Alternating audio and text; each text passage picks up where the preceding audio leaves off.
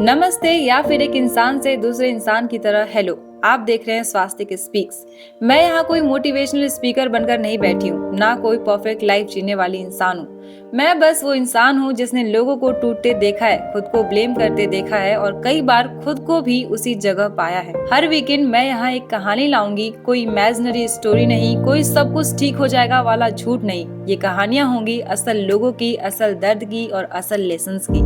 कभी ये कहानी प्रिंसेस डायना जैसे किसी इंसान की होगी जिसे पूरी दुनिया चाहती थी पर उसका अपना इंसान नहीं। कभी जेके रॉलिंग जैसे किसी की जिसे दुनिया ने रिजेक्ट किया और उसी रिजेक्शन ने उन्हें दुनिया बदलने की ताकत दी। कभी किसी मूवी के कैरेक्टर की और कभी किसी ऐसे इंसान की जिसका नाम शायद कोई नहीं जानता, लेकिन जिनकी कहानी तुम्हारे जैसी ही है।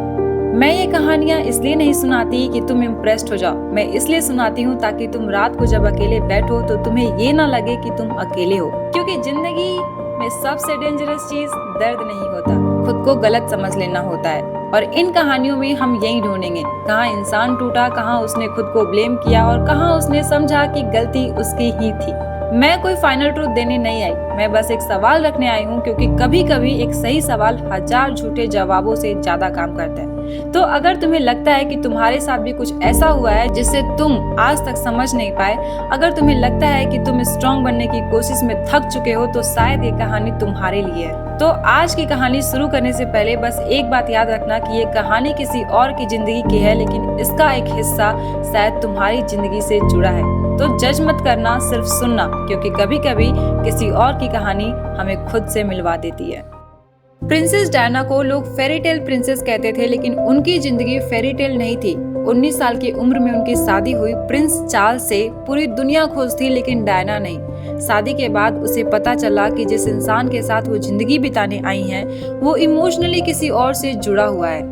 डायना ने कोशिश की, बहुत कोशिश की। वो परफेक्ट वाइफ बनने की कोशिश करती रही, रॉयल रूल्स निभाती रही, खुद को एडजस्ट करती रही, लेकिन अंदर से वो टूट रही थी। उसने एक इंटरव्यू में कहा था कि there where 3 of us in this marriage, so it was a bit crowded। Imagine करो, पूरी दुनिया तुम्हें प्यार करती है, लेकिन जिस इंसान का प्यार सबसे ज्यादा चाहिए वही तुम्हें इमोशनली छोड़ चुका है।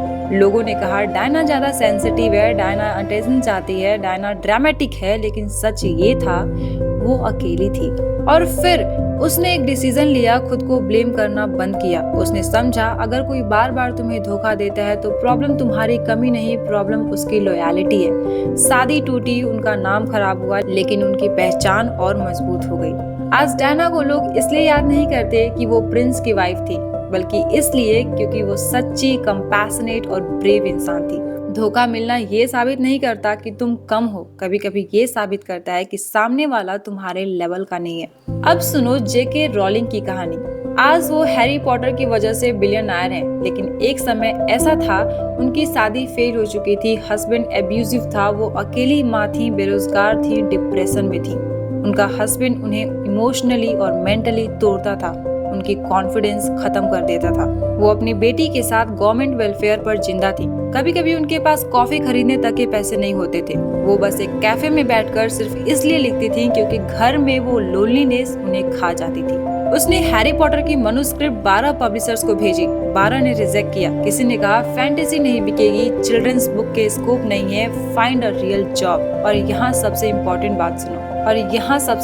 बात सुनो, रॉलिंग ने बाद में कहा कि failure scripted away everything that was not essential. मतलब फेल्यूर ने उसे खाली किया ताकि वो असली खुद बन सके। उसने खुद को दोष नहीं दिया, उसने दर्द को कहानी बना दिया, और वही कहानी आज करोड़ों लोगों की जिंदगी का हिस्सा है। जो लोग तुम्हें छोड़ जाते हैं, कभी कभी वही तुम्हें उस इंसान में बदल देते हैं जो तुम बनने वाले थे। डायना और रॉलिंग में एक चीज कॉमन थी, दोनों ने धोखा खुद पर नहीं लिया, दोनों ने दर्द को पहचान बनाया, दोनों ने खुद को ब्लेम करने के बजाय खुद को चुना। अगर प्रिंसेस डायना को धोखा मिल सकता है और जेके रॉलिंग को कोई छोड़ सकता है, तो तुम्हारा टूटना तुम्हारी कमजोरी नहीं है, शायद ये तुम्हारी कहानी का टर्निंग पॉइंट है। तुम जानते हो सबसे दर्दनाक क्या होता है? धोखा नहीं, दर्दनाक होता है धोखे के बाद खुद को दोष देना। शायद मेरी ही गलती थी, अगर मैं थोड़ा और समझदार होता, अगर मैं वैसा होता, ऐसा होता, तो शायद ये कभी ना होता। यही वो लाइन है जो लोग अपने ही दिल पर चाकू बनाकर चलाते रहते हैं, दिन में भी, रात में भी और नींद के बीच में भी।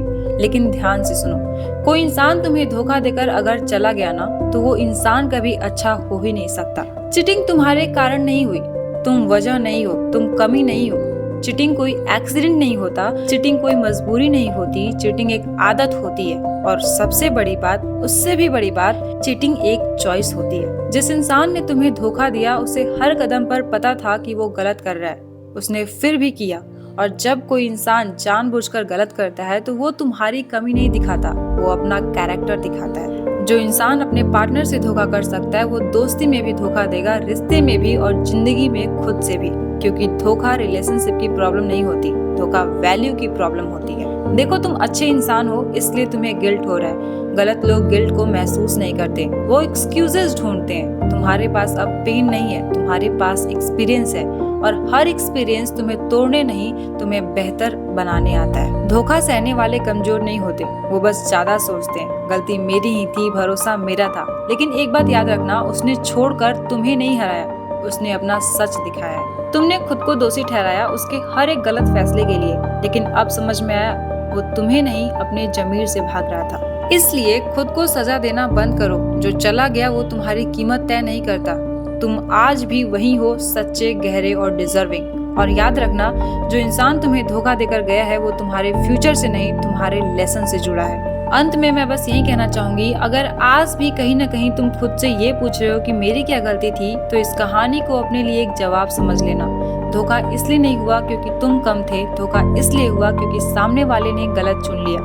कुछ लोग तुम्हें छोड़कर ये साबित नहीं करते कि तुम अनलवेबल हो, वो बस ये दिखा देते हैं कि वो लॉयल नहीं थे। और याद रखना, गलत इंसान का जाना लॉस नहीं होता, कभी कभी वही प्रोटेक्शन होता है। तो दोस्तों, ये मेरे चैनल पर पहली स्टोरी टेलिंग वीडियो थी। अगर इस कहानी का कोई छोटा सा हिस्सा भी आपके दिल तक पहुंचा है तो बस मेरे साथ जुड़े रहिए।